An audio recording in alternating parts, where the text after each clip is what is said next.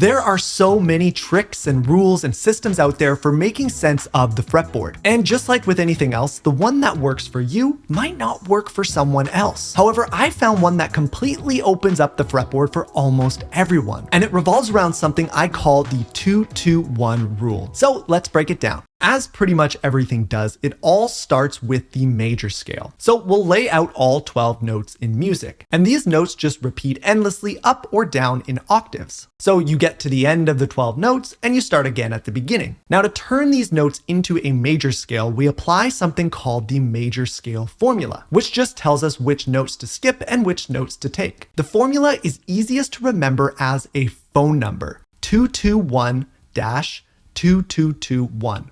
So two groups of twos ending in a 1. And these numbers just refer to the intervals, so how far we move between each note. Either a whole step for 2 or a half step for 1. So we can pick any note we want to start from, apply our formula, and that will give us all the notes in that major scale. For example, let's start with the C note. We take that note, move over 2, and take the D. Move over 2 again and take the E. Now we just move 1 and take the F. Now another 2 for the G, 2 for the A, 2 for the B, and finally 1 to take us back to the note we started on, the C. If I played all of these notes, I would have a C major scale. And whichever note I start our 2-2-1-2-2-2-1 pattern from, I would have a major scale based on that starting note. G major scale, B major scale, E flat major scale, etc. All just named after the note I'm starting on. Now where this really starts becoming useful is when we apply it to the fretboard. So to make it easy to visualize, we're going to do this on the high E string. Starting with an open E note, we just follow the pattern. Up 2, up 2, up 1, up 2, up 2, up 2, and then up 1 to complete our scale. This is an E major scale.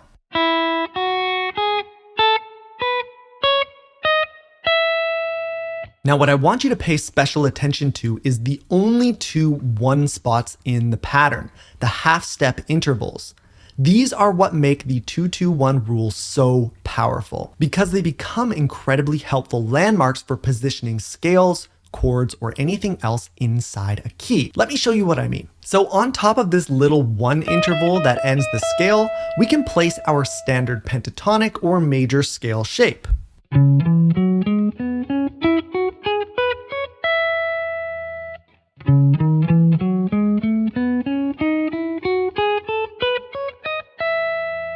This also doubles as our relative minor scale shape as well. Every major scale has a relative minor scale that starts from the 6th note. So in this case, the 6th note in the E major scale is C sharp, meaning this same scale shape is also a C sharp minor scale. And speaking of C sharp minor, well, that very important relative minor chord in the key sits right on top of our other 1 interval.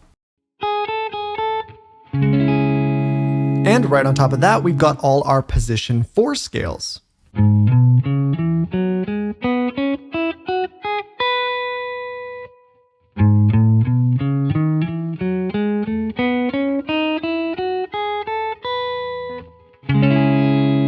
The whole idea here being that you now have 2 different landmarks that let you see the fretboard more horizontally, and you always base it on those little 1 intervals. Wherever those are, you'll find your familiar shapes. By the way, you can get all the fretboard diagrams from each of my lessons over on my Patreon. I also always keep the camera rolling after every YouTube lesson and do a follow-up lesson diving a little deeper into the topic. These extra weekly lessons also go up over on Patreon, so if you want to check that out, I'll put a link at the top of the description. I want to show you how the 2-2-1 rule works in another key. So let's do the key of C major because it immediately brings up a little issue. My first C note on the high E string is all the way up here on the 8th fret.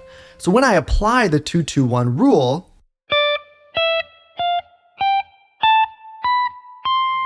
I end up way too high up the fretboard. So what we need to do is go back down once we hit the 12th fret, since our notes just repeat after the 12th fret anyway. So now we have this. And instead of going here, we go down here, because those are both F notes.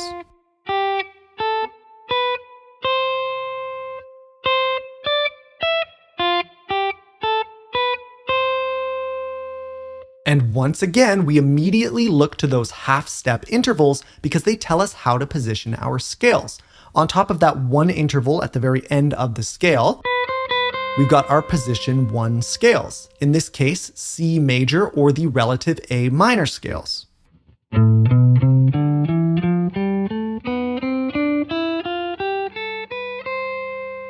Then on our other one interval, all the way down here, we've got that all-important 6th chord, which is just an A minor chord. And our position 4 scales fit right on top as well, this time in open position.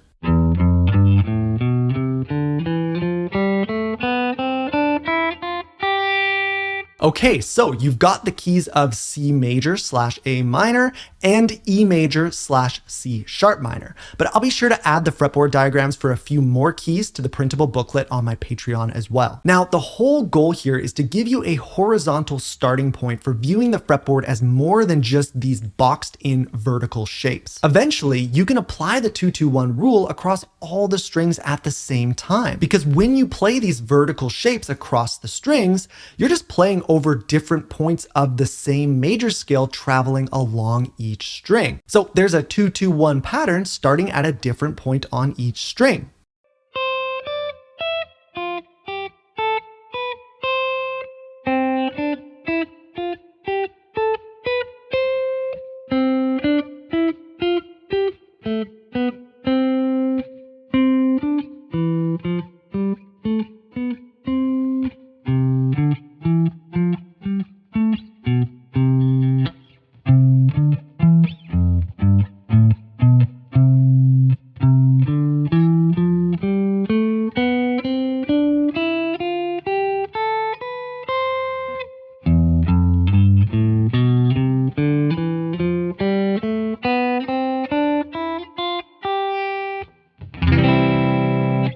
That's why this 2-2-1 rule is so darn effective for making sense of the fretboard. So from here, as I mentioned, I'll be doing a follow-up lesson for all of my Patreon members. You'll find a link to that at the top of the description. Alternatively, you can check out this video on more horizontal ways of opening up the fretboard. Thank you so much for watching, and I'll see you in the next one.